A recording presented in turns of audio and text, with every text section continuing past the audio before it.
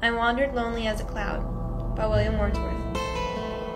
I wandered lonely as a cloud that floats on high over valleys and hills, when all at once I saw a crowd, a host of golden daffodils, beside the lake, beneath the trees, fluttering and dancing in the breeze.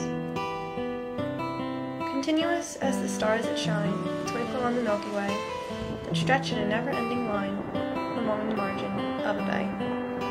10,000 I saw at a glance, tossing their heads in sprightly dance. The waves beside them danced, but they outdid the sparkling waves in glee. A poet could not be gay in such a jocund company. I gazed and gazed, but little thought the wealth the show to me had bought.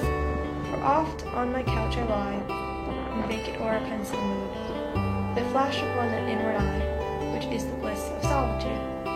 And then my heart with pleasure fills, and dances with the devil.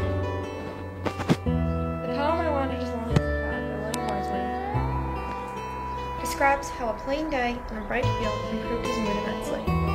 The picturesque environment was thoroughly depicted in Wordsworth's lovely poem, specifically a seemingly never-ending patch of deep golden daffodils.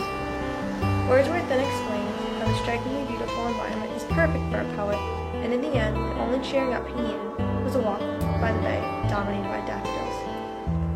The theme of the poem is that even the simple beauty of nature can light up one's day if they want to. I gazed and gazed, but little thought the wealth the show me had bought. I picked this poem because it reminded me of an author I enjoy reading, Ellen Montgomery, the author of the Anne of Green Gables series. The overall tone, format, and vocabulary utilized remind me of her style of writing, and sure enough, after a bit of research, I discovered both writers wrote their pieces in the 1800s.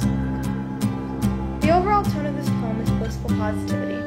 Wordsworth wrote the poem as if nothing could ruin his mood of happiness, produced from the field as if nothing ever will.